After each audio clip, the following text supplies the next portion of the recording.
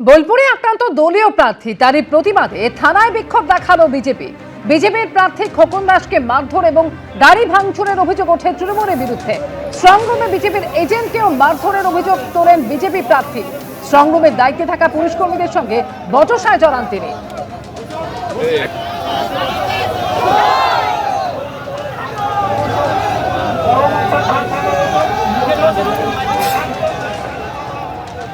রাত্রেবেলায় আমার স্ট্রং রুমে ভিজিট করতে এসে এখান থেকে যখন ফিরছি তখন আইসি সাহেব এখানে কিছু প্রথমে এখানে কিছু মাতাল তৃণমূলের কিছু মাতাল মদ খেয়ে এসে এই স্ট্রং রুমের সামনে যে জানালা আছে ওই জানালা থেকে আমার এজেন্টকে ওখানে বলে যে বেরিয়ে তোর হাতে হাতটা ভেঙে দেয়। এই ধরনের কথাবার্তা বলাতে আমরা যখন এখানে আসি, আমরা গোটা 10 জন এসে যখন কথা বলি এবং আমি থানার আইসি সাহেবকে ফোন করি যে আপনি এসে বিষয়টা দেখুন, যেখানে ঝামেলা করতে পারে আপনারা এসে দেখতে পারেন। উনি আইসি সাহেব কিছুক্ষণ পরে আসেন এবং আইসি সাহেবকে যখন বলা হলো যে এই বিষয়টা রাতের বেলা এসে মদ খেয়ে এরা এরকম করছে, তো আপনারা কী বিষয় দেখছেন। তো আইসি সাহেব আমাকে কড়া চড়ে গায়ের জোরে উনি আমাকে হুমকি দেখাচ্ছেন। বিধানচন্দ্র মাঝির সামনে গাড়িতে ছিল এবং সেখানে ছিল ফিলিপ সেন এবং পেছনে গাড়িতে ছিল মহিম সেন। যখন ঝড়ম করে বেরিয়ে এসে হরম করে আমার উপরে আরও গোটা 10-20টা ওখানকার গাড়ি থেকে বেরিয়েছে গুন্ডা, যাদেরকে আমি হয়তো আইডেন্টিফাই করতে পারি। প্রথমে এসেই আমার গাড়ি থেকে আমাকে বার করার চেষ্টা করে, ওদের হাতে আগ্নেয়াস্ত্র ছিল। প্রথম দফায় নির্বাচন হয়ে গিয়েছে বীরভূমের নানুরে, কিন্তু ভোটের পরও উত্তপ্ত এই কেন্দ্র। বোলপুরে আক্রান্ত বিজেপি প্রার্থী খোকন দাসকে মারধর এবং গাড়ি ভাঙচুরের অভিযোগ তৃণমূলের বিরুদ্ধে। ঠিক কি ঘটনা ঘটেছে আরো বিস্তারিত জানাবেন আমাদের প্রতিনিধি ভাস্কর মুখোপাধ্যায় আমাদের সঙ্গে রয়েছেন। ভাস্কর, পুলিশ সূত্রে কি জানতে পারছো?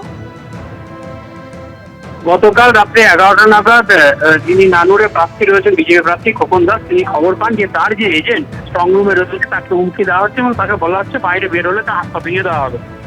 এই খবর পেয়েই তিনি এবং তার সঙ্গে থাকা আরো বিজেপি নেতাকর্মীরা সেখানে এসে উপস্থিত হন এবং এই স্ট্রং রুমটি হচ্ছে বোলপুর কলেজের মধ্যে। এবং সেখানে যখন তিনি আসেন তখন তার বক্তব্য হচ্ছে যে পুলিশ তাকে বলে যে এখান থেকে চলে যেতে হবে, এই নিয়ে পুলিশের সঙ্গে তর্কাতর্কি হয়।